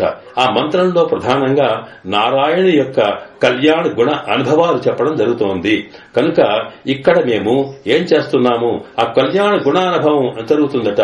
ఈ అనుభవం ఎట్లా జరుగుతుంది? కళ్యాణ గుణములంటే సామాన్యంగా మాకు తెలిసినవి కొన్ని. అలాగే ఇదిగో ఇక్కడ పాలు కింద నుంచి వచ్చినట్టుగా ఆ ఆచార్యులుగా ఉన్నటువంటి వాళ్ళు మాకు అందించినటువంటి ఉపదేశము ద్వారా వచ్చినటువంటి గుణానుభవం. అలాగే పైన మనకు పూర్వాచార్యులు ఉన్నారే, ఆ పూర్వాచార్యుల వారు కూడా ఇచ్చినటువంటి కొన్ని సందేశాలున్నాయి. కనుక పూర్వాచార్య పరంపరగా వచ్చినటువంటి ఉపదేశాలని, అలాగే మనకి ఆళ్వార్ ఆచార్యులు ఇచ్చిన ఉపదేశాలని వాటిని మనసులో పెట్టుకుని తలలో దించుకుని వాటిని ఆలోచిస్తూ ఉంటే తలలో చల్లదనం కలుగుతున్నది. అలాగే ఇక్కడ సాక్షాత్తుగా ఎదురుగా ఉన్న ఆచార్యులు మాకు ఉపదేశాలు చేస్తూ ఉంటే వాళ్ళ ఉపదేశం విని ఒక విధమైన ఉత్సాహం కలుగుతూ ఉన్నది. దాంతో పాటు ఇంతవరకే కళ్యాణ గుణానుభవాన్ని చేస్తున్న మనసులో కూడా ఒక విధంగా కంపం కదులుతూ ఉన్నది అంటూ ఇలాగా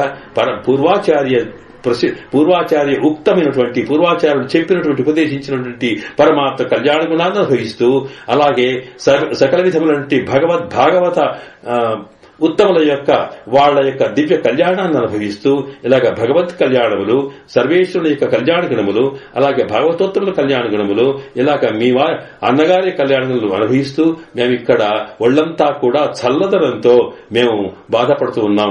అందువల్ల ఈ సందర్భంలో ఇక మాకు ఆధారం ఏమిటి అన్నప్పుడు నీ ద్వారం యొక్క పైభాగమే. ఆ పైభాగంలోనే చెప్పేటప్పుడు ఓం నమో నారాయణాయ అనేటువంటి అష్టాక్షరి మంత్రంలో ఓం నమో నారాయణాయ అనే మధ్యన నమః అని శబ్దం కనుక నమః అన్నప్పుడు నాది కాదు అన్నప్పుడు నా మా అనేటువంటి రెండు మాటల్లో నా అనేటువంటి పై భాగం పట్టుకుంటే నాది కాదు సర్వం మీ కొరకే అని అర్థం వచ్చేట్టుగా ఇది చెప్పబడింది అని మన శాస్త్రాలు, మన పూర్వాచార్యులు దీని స్వాపదేశం ఇచ్చారు. కనుక ఇక్కడ నీ పరితలై బీజ నిన్వాచలు కడయి పత్తి అలా పట్టుకొని మేము అలాగే పెట్టుకున్నాం, మీకోసమే ఉన్నామన్నమాట, మీకోసమే కళ్యాణ గుణ అనుభవం జరుగుతుంది అని అంటే ఇంతకు మరి ఎలాగ మేల్కోవాలాదే అంటప్పటికట ఏమీ లేదు. ఇక్కడ చివరికి వచ్చేటప్పటికి ప్రతి పాశంలో చూస్తామే ప్రతి గోపికకు కూడా ఆమె మేల్కొనాలనుకుంటే భగవత్ కళ్యాణ గుణానుభవమే జరగాలి. మనకు నమ్మాడు వాళ్ళు తిరువామిషుడు శ్రీ సూక్తి ఉంది. అక్కడ వారి యొక్క దివ్యమైనటువంటి దివ్య ప్రబంధం. ఆ ప్రబంధంలో అక్కడ నమ్మాడు వాళ్ళు ఒక గోపికా భావంలోకి వెళ్తారు. ఆ గోపిక కృష్ణుని కోసం తప్పిస్తుంది, పరమాత్మ కోసం తప్పిస్తూ ఉంటే ఆ పరమాత్మ దొరకకపోతే పరమాత్మ అనే ప్రేమలో మునిగిపోయి మూర్ఛెల్లిపోతుందన్నమాట. ఆ మూర్ఛెల్లిపోతే ఆ గోపిక ఒక తల్లి ఉంటుంది. తల్లి అంటే ఒక విశ్వాసన విభాగం అన్నమాట. ఆవిడేముంటుంది, అందరు చెయ్యి ఎట్లా అంటే ఏమీ లేదమ్మా, ఆవిడ లేవాలనుకుంటే ఆ కృష్ణ నామాన్నో భగవన్నామస్మరణ చేస్తే ఆమె వేలుకుంటుంది అని చెబుతారు అక్కడ. అలాగే మన ఆడవాళ్ళు చెప్పినట్టుగానే ఆండాళ్ళ తల్లి కూడా చెప్పేదేమిటి, ఆచార్యుల యొక్క అనుగ్రహం కలిగేదాకా భగవన్నామస్మరణనే చేస్తూ ఉండాలి అన్నట్టుగా. అయితే ఈ భగవన్నామస్మరణ ఒక్కొక్కరికి ఒక్కొక్క ఇష్టదైవం ఉంటుంది. కొందరికి కృష్ణుడు అంటే ఇష్టము, కొందరికి రాముడు అంటే ఇష్టము, కొందరికి మరొక దేవత అంటే ఇష్టం అన్నమాట. కనుక ఆయా ఇష్టాన్ని బట్టి వాళ్ళ ప్రకృతిని బట్టి వాడి యొక్క దైవ స్మరణ జరగాలి. కనుక ఇక్కడ లోపల పడుకున్నటువంటి ఈ గోపికకు రాముడంటే చాలా ఇష్టమట, రామతత్వం చాలా ఇష్టమనికి. అందువల్ల ఆ రాముడు అంటే కృష్ణావతారంలో ఉండి కూడా రాముని మీద ఎట్లా ప్రేమ అనే దానికి ఇక్కడ మనకు ఒక రహస్యం ఉన్నది. అదేంటంటే సామాన్యంగా పరమాత్మ ఇంతకుముందు కృష్ణావతారం కన్నా ముందు ఎన్నో అవతారాలు ఇచ్చాడు. గర్గ భాగవతం చెబుతుంది ఇది. ఎన్నో అవతారాలు ఎత్తితే ప్రతి అవతారంలో ఆయన ముందు ఎవరెవరో ఎన్నెన్నో కోరికలు కోరారు. ఆ కోరికలు తాను అవతార కాలంలో చేయలేకపోయాడట. అంటే అర్థమేంటి? ఇక్కడ ఉదాహరణకి వామనావతారం ఎత్తాడే, ఆ వామనావతారంలో అందమైనటువంటి చాలా దివ్య తేజస్సు కలిగినటువంటి బ్రహ్మచారిగా ఆయన వచ్చినప్పుడు బలిచక్రవర్తి దగ్గరికి వస్తే బలిచక్రవర్తి కూతురు ఉందట అక్కడ. ఆ బలిచక్రవర్తి కూతురు ఈ బాలుడిని చూచి, వామనుని ఉన్న చూచి, అబ్బా ఇలాంటి బాలుడు నా కొడుకై పుడితే ఎంత బాగుండు, నేను హాయిగా ఆయనకు పాలిస్తుంటే ఎంత ఆనందం కలిగేదో మాతృమూర్తిగా అని మనసులో అనుకున్నదట. మనసులో సంకల్పం ఏది చేసినా బయట కనుకున్నా పరమాత్మాన్ని గ్రహించేవాడు గనక వామనుడు అది అర్థం చేసుకున్నాడట.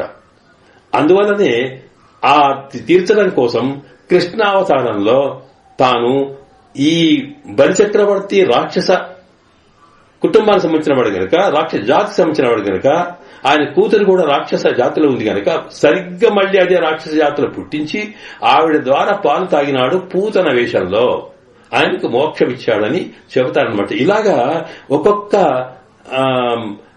అవతారంలో ఒక్కొక్క ఋషులంతా, రామావతారంలో ఋషులంతా కూడా రాముడిని చూచి అబ్బా ఎంత అందకాడు పుంసామోహన రూపాయ అన్నారే, వాళ్ళకి ఆనంద పురుషులను కూడా ఆకర్షించగలిగేటువంటి అద్భుతమైన దివ్య సౌందర్యం మూర్తి దివ్య మంగళ విగ్రహ స్వరూపం కలవాడు రాముడు. ఆ ఋషులంతా అనుకున్నారట, అయ్యయ్యో మేము మగవాళ్లపై పుట్టాం కానీ ఆడవాళ్లపై పుడితే ఎంత హాయిగా మేము అనుభవించే వాళ్లము ఈయనను అనుకున్నారట. రాముడు ఏకపత్ని వ్రతుడు, అందులో వీడు మగవాళ్లు. ఆ సంకల్పాన్ని దృష్టి పెట్టుకున్నట మళ్లీ కృష్ణ అవతారంలో ఈ ఋషులంతా గోపికలుగా పుట్టారట, కొందరు ఋషులు ఆవులుగా వచ్చారట. ఇదంతా కూడా మనకు పురాణాలు చెప్పి ఉంది. ఇట్లా ఒక్కొక్క అవతారంలో ఇన్ని కృష్ణ అవతారం చివరి అవతారం కనుక అవన్నీ మరి రుణాలు తీర్చుకోవాలి కనుక అలా ఋషులంతా కూడా ఇక్కడ గోపికలుగా కొంతమంది పుట్టారట. అలాంటి ఋషి పూర్వజన్మలో ఋషిగా ఉన్న ఒక గోపిక తానిక్కడ ఇదిగో దళ సెల్వంతంగా అని ఈ గోపిక, ఈ పాశరంలో చెప్పే గోపిక పూర్వజన్మలో ఋషి అయినప్పుడేంటి, మనం ఏ జన్మలెత్తినా పూర్వజన్మ సంస్కారం ఒకటి ఉంటుంది, ఆ అలవాట్లు ఉంటాయి ఇక్కడ. అలాగే అప్పుడు రాముని మీద ఉండే ప్రేమ అదేమీ తగ్గలేదు. ఇది గ్రహించింది మన ఆండాళ్ళ తల్లి. అందువల్ల ఈమె కృష్ణ అవతారం ఉన్నప్పుడు గోపికగా పుట్టినా కృష్ణుల్లోనే రాముడిని చూసుకుంటుందట. అంతటి స్థితి కలిగింది కనుక రాముని యొక్క వీర వైభవాన్ని పాడదాం అని అనుకోనట. అక్కడ పలిత్తలై వీజ నిన్ వాసల్ కడయి పత్తి చినత్తినాల్ తెందిలంగై కోమానై చెత్త మన తొక్కినియానై పాడవం నీ వాయి తిరువాయి. ఆయనట రాముడంటే మన తుక్కుయినియానై, మనస్సునకు ఆనందం కలగజేసేవాట.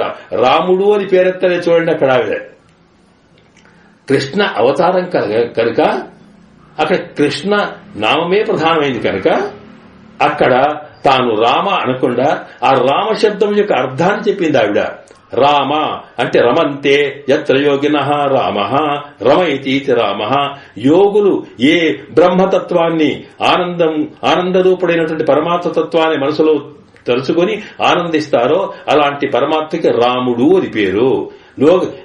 లోకాన్ని తన దివ్య మంగళ విగ్రహ దర్శనం ద్వారా అలాగే విభూతుల ద్వారా లోకమంతా కూడా ఆనందాన్ని పొందింపచేసేవాడు కనుక అతనికి రాముడు అని పేరు. రాముడు అంటే పరమాత్మేనట కనుక రాముడు అంటే అర్థమేంటి, మనసునకు ఆనందం కలగచేసేవాడు.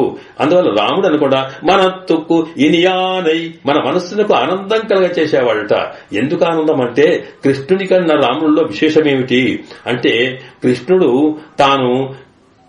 తన ఆకర్షణ ద్వారా తనకుండేటువంటి లీలల ద్వారా స్త్రీలందరినీ కూడా ఆకర్షించినా ఇలాగా తాను వెంబడి దొరకకుండా అప్పుడప్పుడు బాగా ఏడిపిస్తాడట. అలా కాదు, రామతత్వం అలాంటిది కాదట. రాముడు ఎప్పుడు కూడా తనకు అంకితమైనటువంటి సీతమ్మ కోసము తాను ఎన్నో రకాల శ్రమలు పడ్డాడు, ఆమె కోసం ఏదైనా చేశాడు తప్ప ఆమె మనసు కోసమే ఆనందం కోసము ఆయన ఏం చేశాడు అంటే సముద్రాన్ని మధించాడు, ఆ సముద్రానికి బంధనం చేశాడు, సముద్రం దాటాడు, లంక నాశనం చేశాడు. ఇలాగ ఎన్నో ఆయన తన సీతమ్మ మనసు సంతోషం కోసం చేశాడే.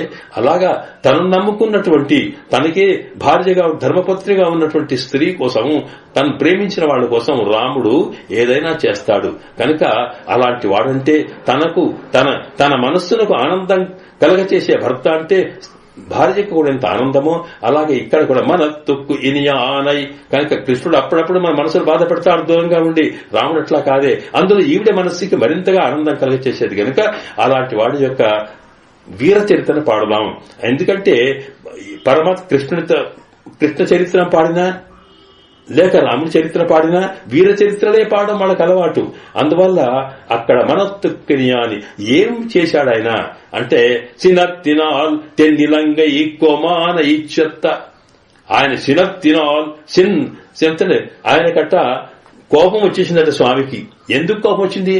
రాముడికి ఎప్పుడు కోపం వచ్చేది కాదు, ఆయన కోపం ఆయన చేతిలో ఉంటుంది సామాన్యంగా.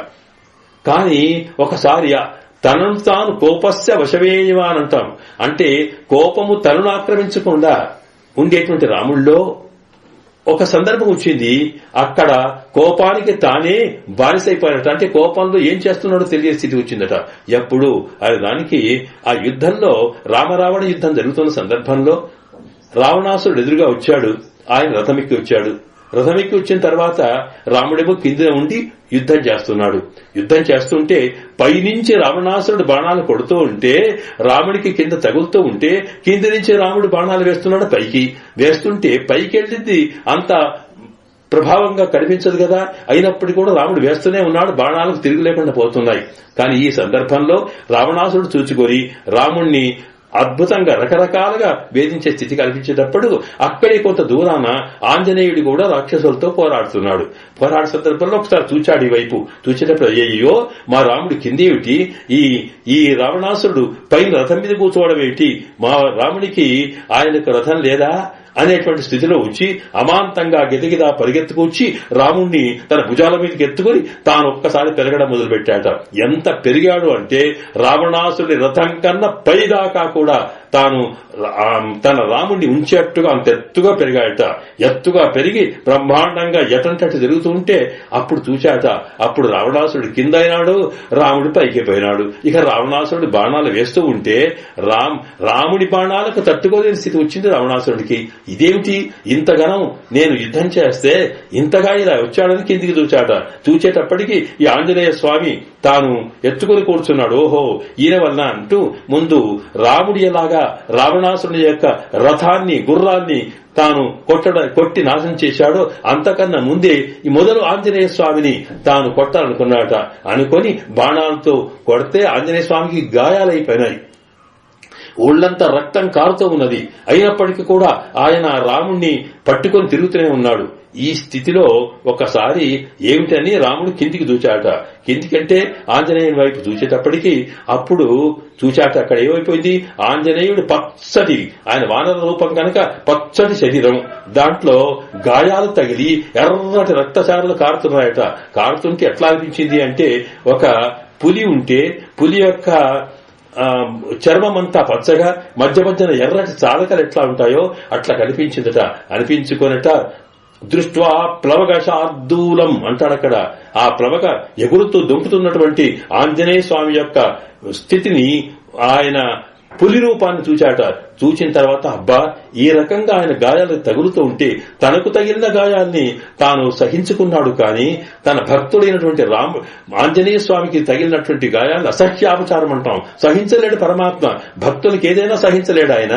కన్న తల్లి తన పిల్లలకు నష్టం కలిగితే ఎలా ఊరుకోలేదో పరమాత్మ కూడా తన సంతానమైనటువంటి జీవులకు ఏమాత్రం, తను నమ్ముకున్న వాళ్లకు ఏమాత్రమైనటువంటి బాధ కలిగినా సహించలేడు. కోపం వచ్చిందట. ఒక్కసారి కోపశవశవేయమాన్, ఓహో ఇలా చేశాడు అనుకోండి, అద్భుతమైన కోపంకి వచ్చి ఒక్కసారి రావణుని మీద తాను బాణాలు వేశాడు. బ్రహ్మాండమైన బాణాలు వేస్తూ ఉంటే రావణుడు ఎందుకు పనికి రాకుండా అయిపోయి ఆయన రథము ఆయన గుర్రాలు ముక్కలు ముక్కలైపోతే కింద పడ్డా కొట్టుకుంటున్నాట. కొట్టుకున్నప్పటికీ కూడా చివరికి చేతిలో ఉన్న బాణమంతా విరిగిపోయి ఆ ముక్క కూడా విడిచిపెట్టిన తర్వాత అప్పుడు రాముడు దగ్గరికి వెళ్లి అంటాడు, అక్కడ స్వామి ఏమంటాడు, రావణ గచ్చానుజానామి, అయ్యో బాగా రణార్జిత, బాగా పోరాడి నీవు అలసిపోయినట్టున్నావు, వెళ్ళు, ఇంటికి వెళ్లి మళ్ళా బాగా గాయాలు మార్చుకొని బాగా విశ్రాంతి తీసుకొని మళ్ళా కొత్త రథం పట్టుకొని రేపు యుద్ధం చేస్తామన్నట. ఎంతటి ధర్మాత్ముడు మన రాముడు! ఎందుకంటే ఎవరైనా దొరికితే విడిచిపెట్టారండి, అలా కాకుండా ధర్మయుద్ధం చేసిన వాడుట. అంతటి మన తుక్కిని ఆనయ్యంత ధర్మమాత్రుడు అని చెబుతూ చెన్నిలంగ శత్తాయ్ తెన్నిలంగై అంటే బ్రహ్మాండమైన రావణాసురుడు అంటే అద్భుతమైన పరిపాలకుడు, లంకను బంగారమయం చేసిన వాడు.